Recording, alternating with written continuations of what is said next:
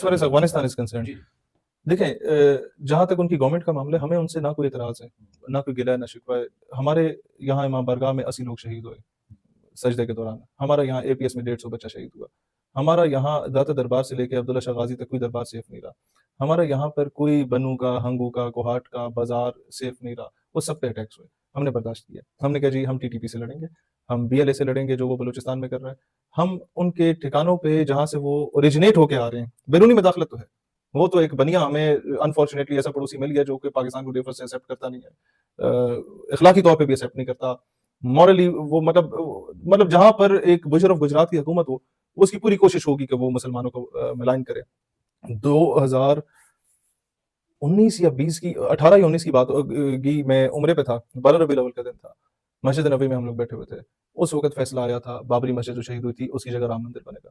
मतलब जिस मुल्क की सुप्रीम कोर्ट इस तरीके के फैसले ऐसे मुकद्दस दिन को दे के मुसलमान अपने नबी की आमद की खुशी मना रहे हो और अचानक एक आप उन पे एटम बम गिरा दें, तो उससे तो आपको ये भी तवक्को कर सकते हैं। तो वो बैकिंग कर रहे हैं सारी चीजों को। जहां तक अफगानिस्तान की बात है, अफगानिस्तान और पाकिस्तान का मामला इसी तरह जिस तरह पंजाबी और पठान का मामला होता है, सिंधी और बलूची का मामला होता है, और महाजिर और सिंधी का मामला होता है। आप हम इसे पाकिस्तान का इंटरनल मैटर समझते हैं कि आज नहीं तो कल हम दो भाई हैं, हमारी फिर सुलह हो जानी है। और हमारा सिर्फ उनसे एक ही मुतालबा है कि बीएलए और टीटीपी को जो है वो पुष्ट बनाई। मेरा नहीं ख्याल कि अफगानिस्तान उस तरीके से कर रहा है। उसकी मजबूरी ये है कि उसके इख्तियार में कुछ नहीं है। वहां पर उन्हें पता है कि हम टीटीपी को रोकेंगे तो ये हमें मारेगी। तो इस तरीके के भी मामला है जिसपे हमें उनसे गिला होता है कि एक दहशतगर्द मेरे घर घुस जाता है, वो मेरे बच्चों को मारता है, फिर मैं रिटेलिएट करता हूँ, तो मैं दहशतगर्द को मार दूं, बच्चे तो मेरे गए ना। तो दहशतगर्द जिस घर से निकल रहा है क्यों ना मैं उस घर पे अटैक करूं। तो इस चीज पे उनकी खुद मुख्तारी पे अटैक हुआ अगर वो समझते हैं। तो मैं बीइंग अ पाकिस्तानी इज़हार यकजहती ज़रूर करता हूँ। कहीं कोलैटरल डैमेज में अगर कुछ इस तरह का हुआ, जो कि नहीं हुआ, प्रोपेगेंडा ज़्यादा होता है इंडिया की तरफ से। अगर कुछ हुआ, तो वो हमारे अपने लोग हैं, वो कोई हमसे जुदा नहीं है।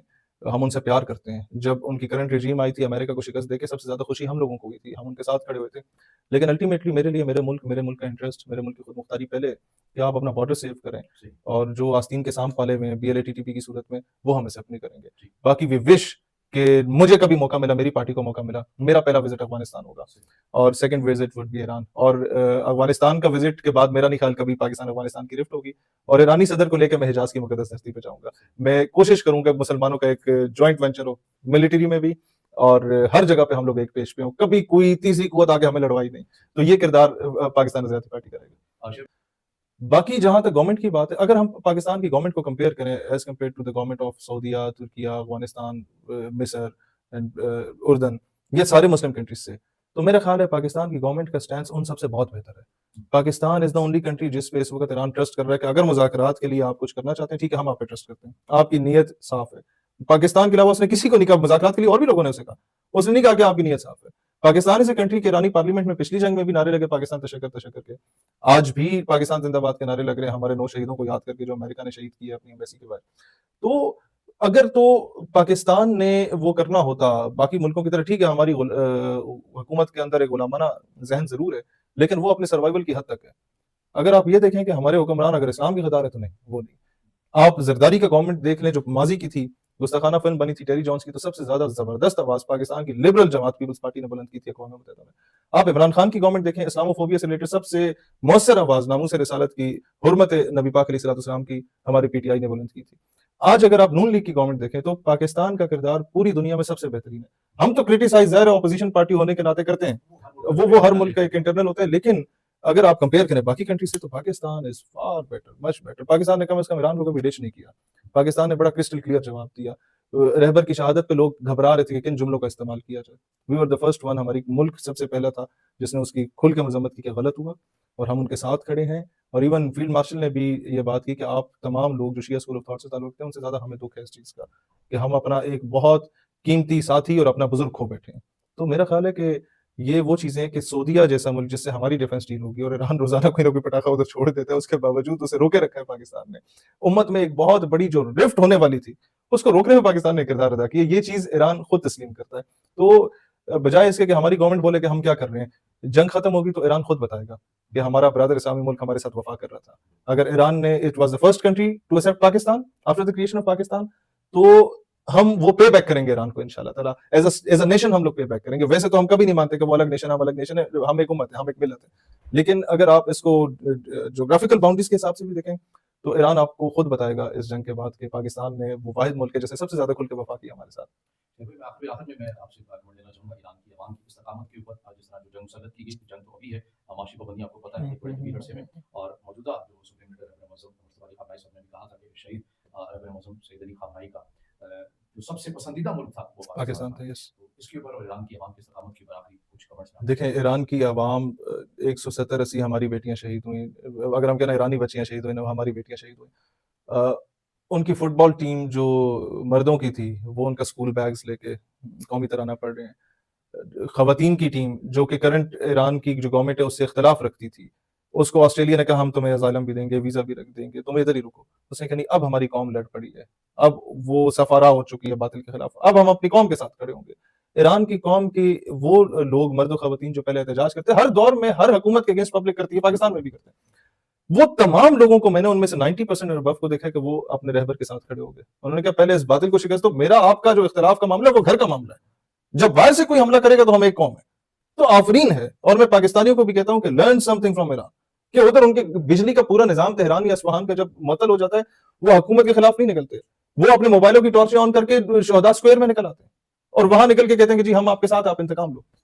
उनके बच्चे शहीद हो रहे होते हैं, वो कहते हैं ठीक है एक शहीद हो गया, दूसरा भी हाजिर, हम लड़ने को तैयार है। अमेरिका ने कहा हम अपनी फौजें उतारेंगे। ईरान की खवातीन मैंने देखा कल कि वो बंदूकें उठा के मैदान में निकली हुई है कि मर्द तो बाद में टकराएंगे, तुम हमसे आके लड़ लो।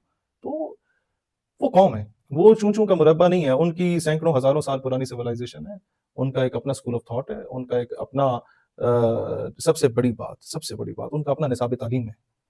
हमारा टीपू सुल्तान था बरे-सगीर का, उसे आइडियलाइज़ ईरान में किया जाता है कि शेर के एक दिन की ज़िंदगी गीदड़ की 100 साला ज़िंदगी से बहुत बेहतर है।